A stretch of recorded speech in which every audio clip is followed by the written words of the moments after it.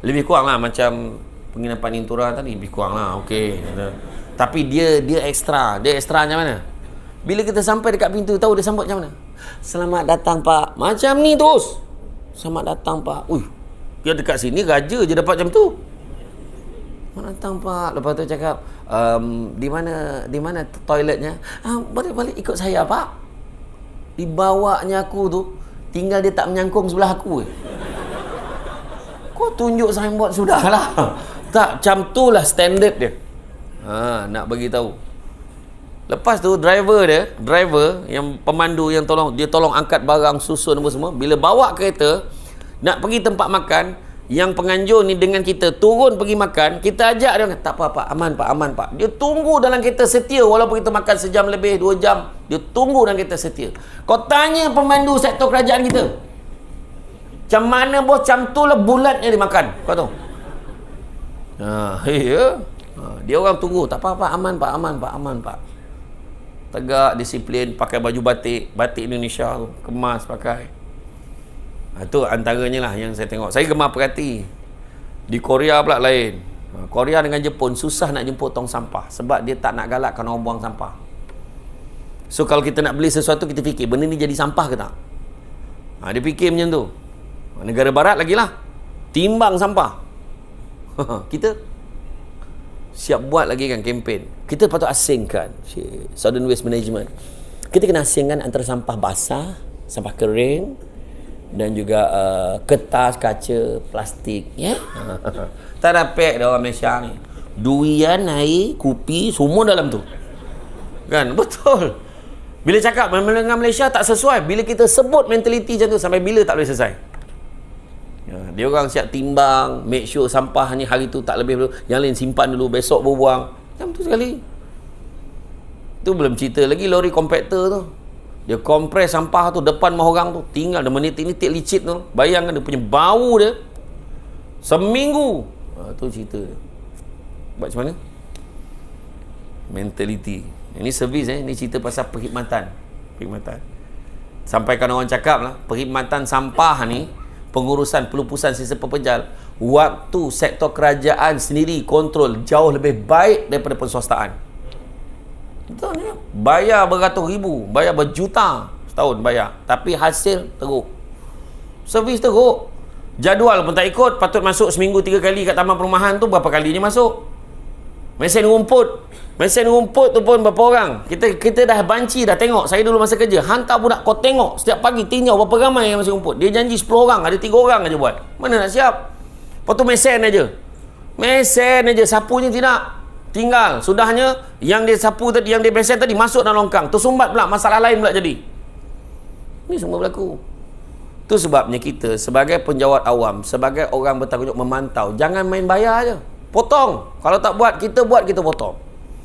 Dia tak masuk kutip sampah, hantar tim kita kutip sampah tu, dah potong lagi bayarannya. Macam tu nak ajar dia. Itulah keadaan yang berlaku. Kan? Kemudian sentiasa bersyukur dengan apa diperolehi, seperti diriwayatkan Abdullah ibnu Amr ibnu As mengatakan bahawa Rasulullah SAW bersabda, sungguhnya amat beruntunglah orang Islam yang berserah diri dan merasa cukup dengan apa yang direzekikan Allah dan serta berpada dengan apa diberikannya. Hadis riwayat Muslim. Rasa cukup, syukur, alhamdulillah, aku gaji aku ni, syukur, alhamdulillah. Allah uji muda dengan tua, sehat dengan sakit, lapang dengan sempit, hidup dengan mati, kaya dengan bukan miskin. Allah uji kaya dengan kecukupan. Ada orang kaya tapi tak cukup-cukup.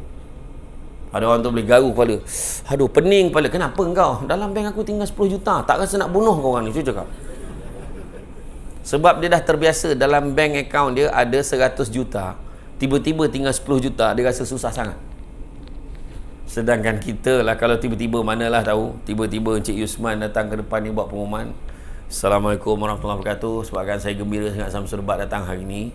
Dengan ini saya umumkan kepada semua yang hadir, khususnya yang duduk di bawah sahaja, yang atas tak dapat. Tak adalah.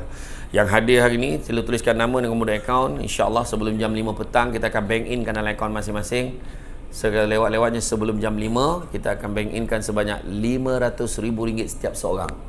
Contoh, kau jangan nak happy sangat ni, contoh aja tahu. Jangan tuntut tau, jangan tuntut. Saya nak tanya, Saya tanya, puan, tu puan yang baju merah tu puan, saya nak tanya, puan, rasa-rasa dah kaya belum 500,000? Kaya dah. Yang belakang tu rasa dah kaya ke 500,000 tu? Dah. Belakang, dah. Puan, kaya dah 500,000 tu? Okey, puan. Wah, yang belakang tu geleng semua. Mana tak kaya lagi, tak kaya lagi.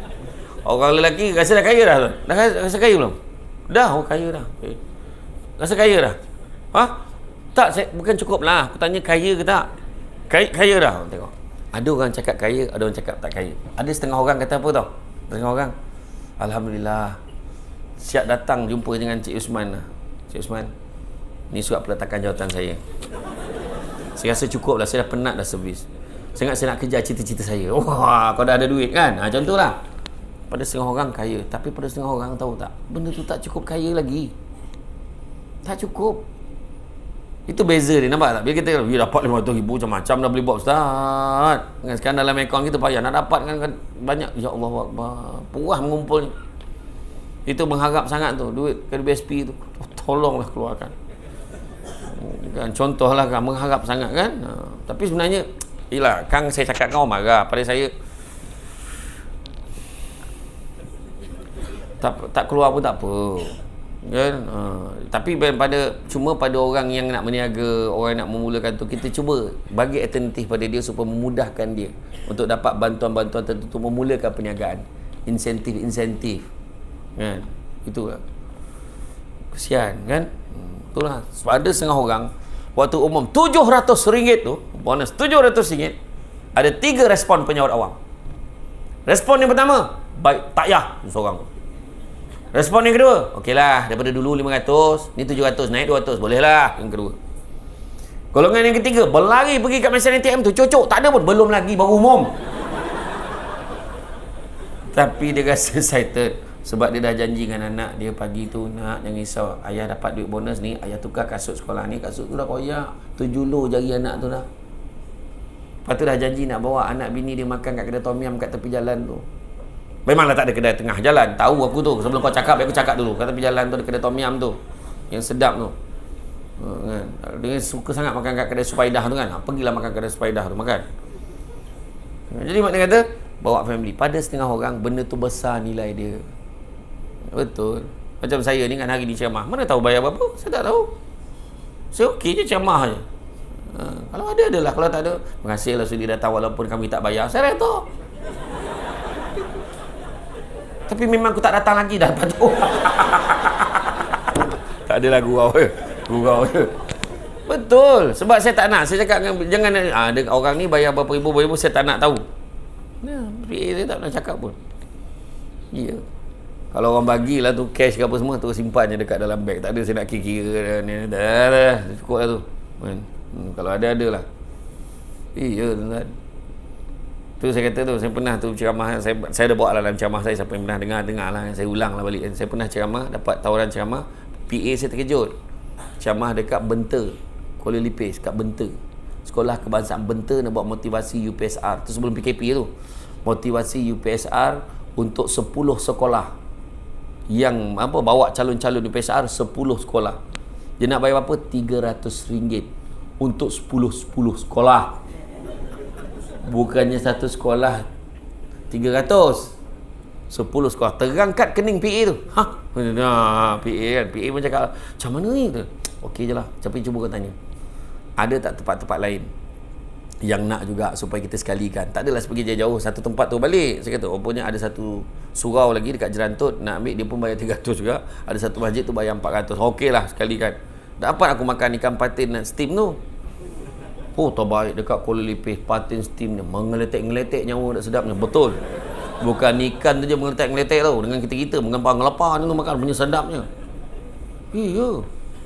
Jadi saya pun pergilah. Rupa-rupanya bila sampai dekat sekolah tu, yang 10 sekolah tadi, rupa-rupanya calon UPSR setiap sekolah tu. Sekolah ni seorang calon, sekolah ni 2 orang calon UPSR, sekolah ni 3 orang, sekolah ni seorang. Dia SKM, sekolah kekurangan murid. Dan untuk makluman semua, yang menjadi saya tersentuh, RM300 itu cikgu-cikgu tu kongsi seorang sikit nak bayar saya.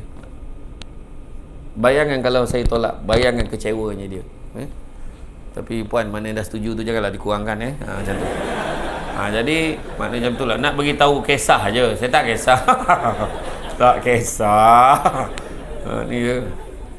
Iya, saya ceramah dekat Sarawak. Ada ni cerita benar tau. Nak cerita perangai pencamah kat Malaysia ni. Lebih ceramah lain nak marah saya marah lah. Saya sampai dekat Sarawak tu dia kata, Ustaz, kita orang ada program ni. Dia kata program masjid ni boleh bayar 1,000, masjid ni bayar 1,200, masjid ni bayar 500, masjid ni bayar 700, masjid ni bayar 800, masjid ni boleh bayar 1,000. Adalah dia sebut macam various lah. Saya kata okey lah tu. Okey ke? Okey. Lepas tu hotel kita bagi hotel Dormani. Hotel Dormani ni hotel bajet orang Islam. Saya suka hotel Dormani, dia simple, dia kecil. Tapi tak ada swimming pool Ustaz. Masa bila aku nak mandi aku ceramah kan. Aku tak tahu masa bila. Tak pernah lah saya ada swimming pool ke Intora ni. Orang tak ada, elok lah tu kan. Tak sempat pun kan. Tapi bila air besar betul, kau boleh letak katil dalam tu. Besar lah, besar sangat. Itu memang untuk pegawai yang pangkat VVIP. Kenapalah sekejap sangat duduk sana. Jadi lepas tu bila saya dah cakap macam tu, okey lah tu bila nak mandi dia kata kan. Memang kita nak ceramah je. Dia kata bukan apa, barulah dia cerita. Rupanya ada beberapa penceramah daripada Semenanjung ni. Satu ceramah minta 7,000. Hotel nak Pullman. Saya pun tak faham. Ada ke macam tu? Ada. Dia sebutlah nama-namanya. Tapi saya tak nak lah. Macam tu je lah. Saya pun tak perkenal nama orang. Macam tu lah. Okey, macam tu lah. Tu sebabnya pada saya simple je.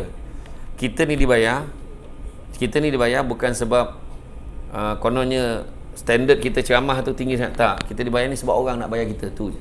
Dia nak bayar kita banyak tu, okeylah terima lah. Macam mana? Saya pun tak faham. Ada satu ceramah tu orang boleh bayar 15,000 satu ceramah. Saya pun tak faham sebenarnya. Macam mana kau nak bagi ceramah kau tu sampai situ? Mungkin ada orang yang memang pakar power tu, mungkin lah kan. Saya rasa saya belum lagi tahap tu. Tapi kalau orang bagi, saya terima. Saya tak tolak. Macam tu. Betul. Ada yang agensi yang jenis nak bayar mahal tu kan. Ada sekali tu saya ceramah, ada satu syarikat oil and gas. Dia bayar saya 5,000 satu ceramah. Lepas tu saya kata, banyaknya.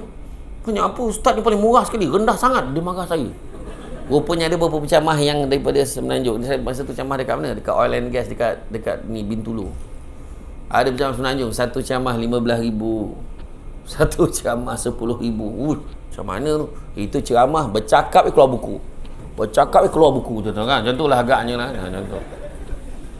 Agaknya lah. Saya ni okey je. Tak ada hal. Saya ceramah saya tak kisah. 10,000, 50,000. Macam sekarang kan 20,000. Saya okey. Yang datang tu 20,000. Okey je.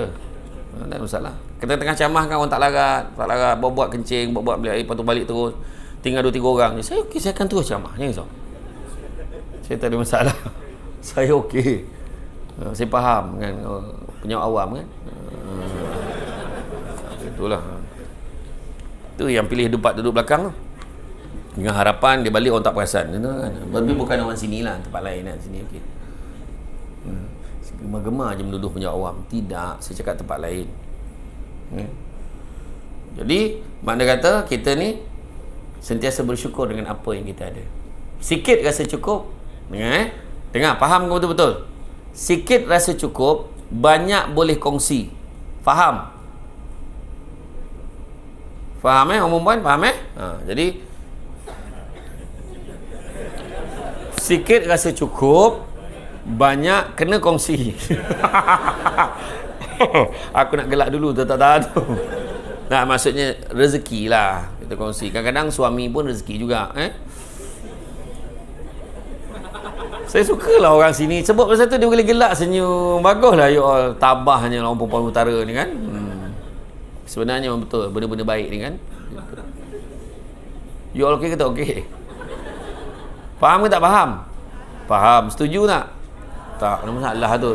Tak, kan saya cakap kongsi ni sedekah rezeki. Macam tu lah. Saya tak cakapkan benda lain.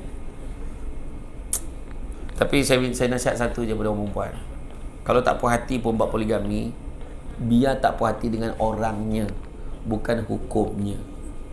Faham Sebab hukumnya dalam Quran Allah Ta'ala dah sebut, fankihu ma tabalakum minan nisa masna wa sulasa wa ruba. fa in khiftum alla ta'dilu fawahidah.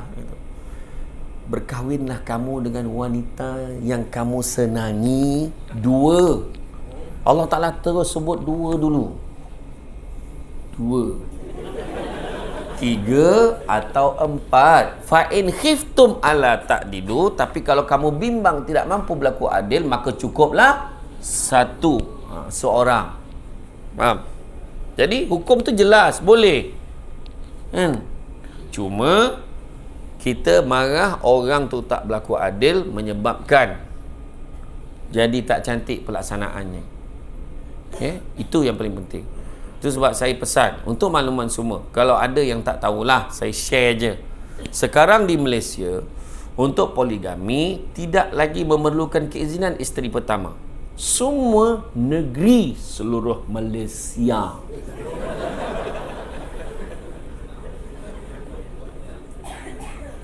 Siapa yang baru tahu? Baru tahu Okey, ni saya beritahu fakta. Cuma tajuk lain ni. sikit dah silakan. Cuma orang ni tetap isteri pertama tetap akan dipanggil ke mahkamah. Ni saya nak beritahu hak orang perempuan. Jangan panggil puan. Sekarang ni suami puan ada mohon poligami. Puan nak cakap apa-apa? Saya bantah yang Arif. Kenapa kamu bantah? Hati saya tak boleh terima janji dia kat bawah pokok tapang itu. Kalau kau sebut benda tu, hakim akan luluskan permohonan suami. Saya tak boleh terima. Saya tak boleh terima perkara ni. Bila emosi, lulus. Ni sebetul fakta. Jadi orang perempuan nak jaga contoh macam ni. Sekarang ni suami kamu mohon poligami. Siapa pandangan puan? Yang Arif, saya ingin membuat sedikit kenyataan. Sesungguhnya saya seseorang yang sangat support poligami. Saya tidak pernah menentang poligami. Ia adalah hukum yang baik yang telah ditetapkan oleh Allah Subhanahu Wa Taala. Namun demikian, saya kemukakan salinan penyata gaji suami saya selama 3 bulan dan saya tandakan berapa banyak yang digunakan untuk itu, untuk ini, dan saya sendiri menanggung belanja untuk anak, belanja dapur dan juga ni. Itu persetujuan kami. Saya pernah menyuarakan kepada pemohon supaya dia menanggung semua perbelanjaan dalam rumah, tapi beliau enggan. Jadi saya terpaksa bekerja untuk tampung sebahagian daripada perbelanjaan di rumah. Saya bimbang yang Arif, seandainya poligami ini dibenarkan, dia bukan hanya mendatangkan kemudaratan kepada saya dan anak-anak, tapi juga kepada insan yang bakal dikahwini oleh pemohon. Permohonan ditolak. Aku ajar kau dah, Mbak. Dan fakta tambahan, ini risit semalam yang Arif. Spender dia pun aku beli, dia kata. Faham? Jangan emosi. Orang perempuan kemai emosi habis. Lepas tu kita perempuan ni tak pernah terbela apa semua. Kau jangan emosi, tu je. Faham tak? Tu. Orang lelaki pula yang bestnya, ada satu orang kawan saya, dia mohon, kamu mohon poligami kamu nak kahwin dengan orang mana ni? Hakim tanya. Yang Arif, saya mohon saja, calon belum ada. Berani betul dia. Itu baru betul-betul berani kan? Siap panggil isteri tu. Saya tak ada calon ni Arif, saya nak tengok sama ada saya boleh lulus ke tak permohonan. Dia try balik tu, memang kena pelempang dengan bini. Ada orang cakap siapa yang nak kahwin lebih, kalau dia boleh tidur dalam stadium Darul Aman, dan dia boleh kahwin lebih.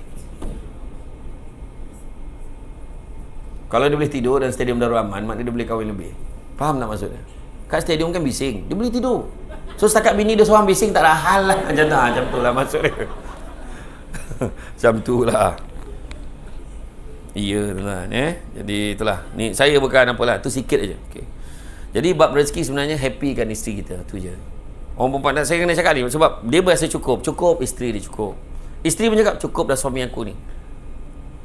Saya bagi tahu satu tips dalam bekerja maupun dalam kehidupan rumah tangga, dia ada kaitan. Iaitu apa? Banyakkanlah memberi daripada menerima.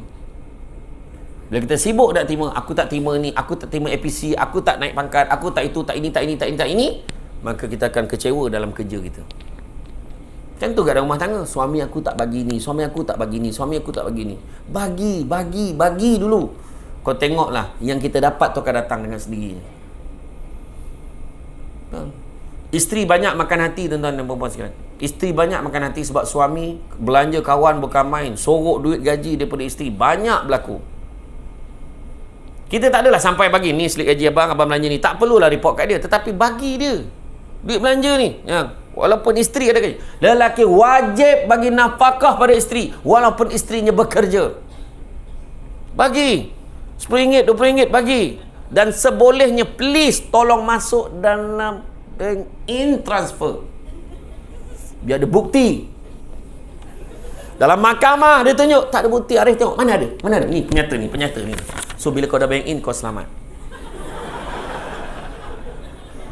Tu sebab dia minta cash. Bagi cash senang bang. Kau jangan percaya dengan godaan. Jadi kau pun boleh guna bahan bukti ni. Yang Arif, saya tiap bulan tak pernah miss. Paling minimum saya bagi 100. Tapi saya bagi sebab itu kemampuan saya. Tetapi nak buat macam mana yang Arif? Kasih sayang saya berlebih-lebihan. Kemana lagi nak kucurahkan? Wah, tak adalah. Saya tu tak belum tentu lepas. Tapi maksudnya itulah, bagi. Penderitaan orang perempuan tu dia. Kadang kedekut berkira, pergi makan dengan kawan-kawan sampai tengah malam, bini tengah lepak kain, tengok suami berlenggang je, apa bono pun tak bawa balik. Bawa balik makan. Bagi isteri tu makan yang memungkinkan dia hidup sampai esok. Itu nafkah. Nampak tak? Dia memang macam tu perempuan. Nak beli apa-apa tak? Entahlah, tak rasa nak makan. Kau sampai kat pintu rumah, kau tengok dia tengah lepak kain. Tiba rasa tak lapar pula. Kau tak rasa nak sepak ke? Kau rasa. Tu sebab kau beli je. Jangan kau tanya dia, you suka mi ke, you suka ni ke, you suka ni. Cakap. Kenapa pula? Cakap je lah. Pak, beli je bungkus. Dia makan tak makan tu lain hal. Macam tu je. Dan orang lelaki juga tak kurang penderitaannya. Dia selalu kecewa bila bangun pagi disebabkan kegagalan memperolehi sesuatu yang malam tadi. Faham? Iya, kesian orang lelaki yang menanggung. Minta benda tu macam minta sedekah.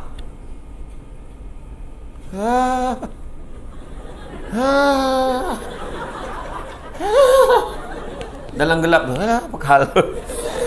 Yang bini, hei, dia tu perempuan.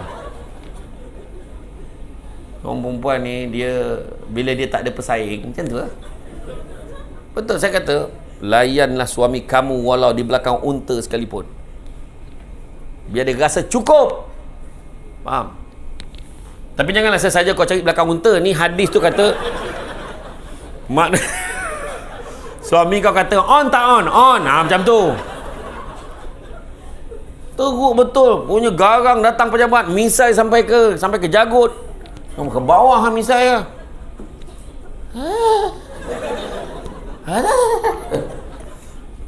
Buat surat tu, permohonan untuk bersamamu.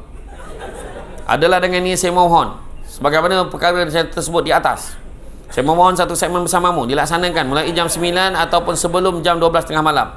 Sila luluskan permohonan ini dengan kadar segera. Jawapan segera daripada pihak puan sangat saya hargai. Sekiranya permohonan ini tidak diluluskan, saya bimbang akan berlaku malapetaka huru-hara daripada rumah tangga kita. Kerana sesungguhnya saya amat memerlukannya dalam keadaan yang sangat terdesak dan sangat memerlukan. Yang benar suamimu. Kau tahu dia manage apa kat surat tu? Akan dipertimbangkan. Kau ajar tak kau ajar? Patut lulus. Faham? Bayangan apabila isteri tu melayan suami, pahalanya besar. Apatah lagi sebelum suami minta, lagi besar. Abang nak pergi lepak dengan kawan-kawan abang, pergi minum siap. Jangan nama-nama tu. Malam ni. Tak jadi dia keluar tu. Iya, kau jangan pandang ringan tau benda ni. Orang lelaki kalau pagi kat mesin pancekat, muka jam. Faham kan ni? Tak ada apa lah. Tu je tu. Kau orang nampak benda tu ringan je. Lagi satu lagi perempuan, gemar tutup kilang. Ketua keluarga ada, pengurus kilang. Tutup kilang. Anak 5 cukup. Anak 3. Pastikan berbincang dengan lanjut dan lengkap komprehensif bersama dengan pengurus kilang. Sebab pengurus kilang kalau dia jumpa tapak baru, siap kau. Cawangan baru dibuka. Kau jangan main-main. Dia buat pengumuman terus. Tu ni ulas bab kecukupan tu lah. Syukur. Bagi. Apa yang kita boleh bagi, kita bagi orang lelaki. Orang perempuan pun boleh bagi. Kita menyumbang pada rumah tangga kita kan sama-sama. So, orang lelaki kena hargai lah. Sebab dia dah bantu. Kemudian orang lelaki kalau bagi duit nafkah kan, yang bagi. Walaupun sikit bagi. Yang ni abang tak adalah dapat bagi banyak. Abang apa ni? Ambil tu, ambil. Abang ni, ya Allah Akbar, tengok dalam. Bang setakat RM20 tak payah bagi tak? Kau jangan cakap macam tu tau. Kan saya kata tadi, walaupun sikit ada keberkatannya. Cakap abang ni bagi RM20 ni, abang ada ke tak? Jangan sebab abang bagi kat saya, abang tak ada duit belanja. Yang abang boleh bagi banyak tu je, doa je. Banyak abang dapat, banyak lagi abang bagi. Doakan abang tau. Abang hari-hari doakan abang, I love you, love you too. Macam tu. Ataupun suami bagi kan, yang ni tak adalah banyak sangat, dalam 2,000 untuk belanja bulan ni, ambil lah. Setuju tak perempuan? Setuju tak? Suami cakap ni, yang ni tak adalah banyak untuk duit belanja bulan ni, 2,000. Setuju tak? Setuju ke tidak? Kau tengok mata duitan, kau tengok. Aku tunjuk contoh tu. Aku ingat macam ingat dia tak, sebab dia kerja ni. Sebab seorang perempuan boleh macam ni. Yang ni tak adalah banyak sangat 2,000 untuk belanja bulan ni. Ambil lah. Abang tahu kan yang kerja. Jadi duit ni abang simpan untuk keluarga kita. Yang penting abang jaga kita orang elok-elok. Okey? Korang yang risau, itu takkan berlaku. Kalau kau bagi memang dia ambil punya. So kau fikir dulu sebelum bagi tau. Dia tak ada dua hala tu. Kau bagi memang hangus lah tu. Macam tu lah. Macam tu lah. Saya pernah dulu berceramah. Saya ceramah dekat satu agensi kerajaan lah di Johor. Saya tak nak sebut lah nama agensi tu. Saya ceramah. Lepas tu entah macam mana dia bagi envelope dekat saya. Dah habis ceramah tu. So, berat envelope ni. Alhamdulillah Ustaz, rezeki cash. Saya ni jenis tak boleh pegang duit banyak. Saya kena cepat-cepat masukkan dekat dalam bank. Sebab orang perempuan dia boleh bau tau. Dekat tangan kita boleh salam tu. Macam bau belerang lah tu. Dapat duit ke tadi? Tahu dia. Tahu. Kau kena sanitize tangan kau. Saya pun bila dapat envelope tu, saya ceramah petang 2.30 sampai 4.30. Malam dekat Johor ni, kat Kota Tinggi. Malam tu nak pergi dataran JB. Saya pergi, saya cakap dengan driver saya masa tu, kau berhenti dekat tu. Dekat bank Islam kat Kota Tinggi, saya berhenti. Saya pun bank in terus maksimum. Berapa ni? Maksimum masa tu dah dekat 9,000. Saya kata berapa dalam ni, banyak lagi. Saya pun masuk terap. 2.5 jam saya dapat 30,000. Main-main.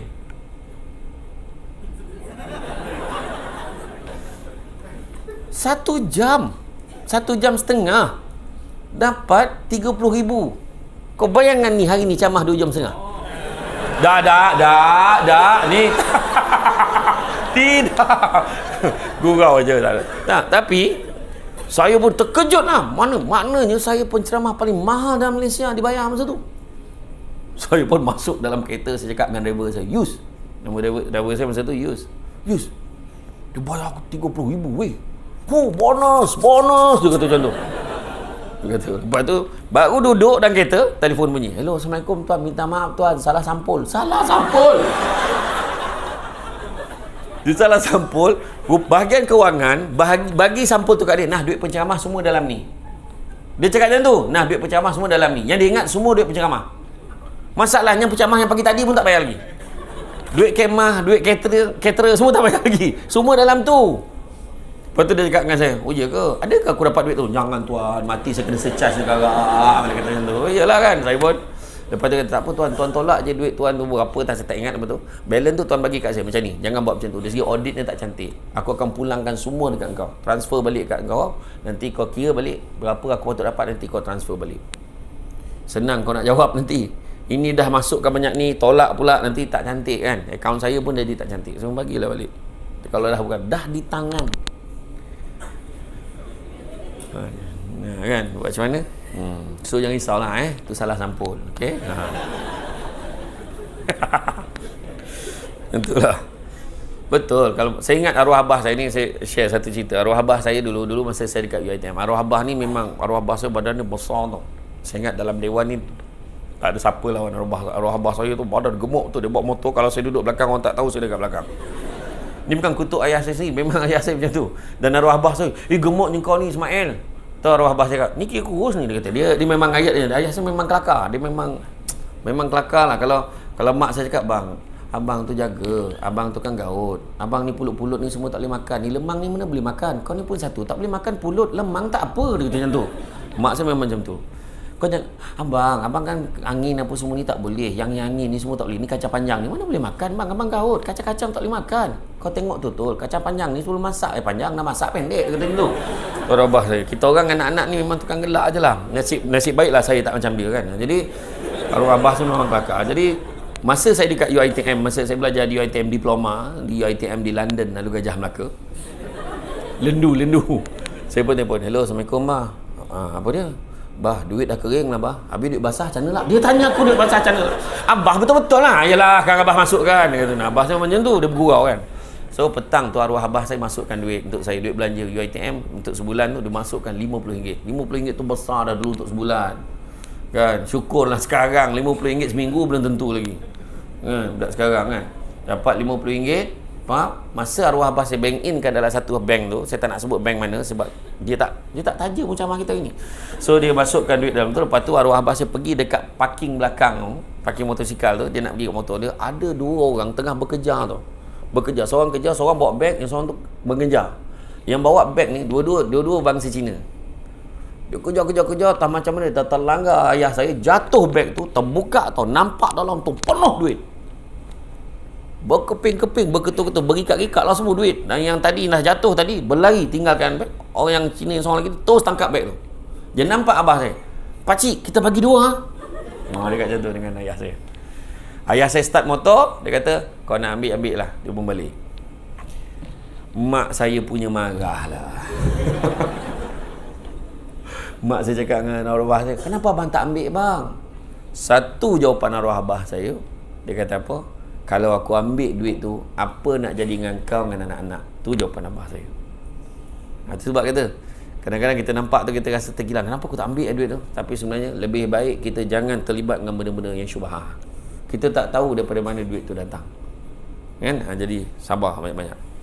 Kadang Tuhan bagi sikit tapi cukup. Macam saya kata tadi, duit tak adalah apa sangat. Bagi anak belanja tak macam anak orang lain. Anak orang lain tu sampai RM10 sehari. Anak kita RM1 je sehari. Dah lah puasa, result bagus, ataupun dia beli makan pun sekadaran aja. Dia tak nak nyusahkan mak ayah dia. Dia kumpul pula duit tu, dia nak beli buku-buku tertentu. Contoh, yang tu kita nak. Kan? Itu yang penting.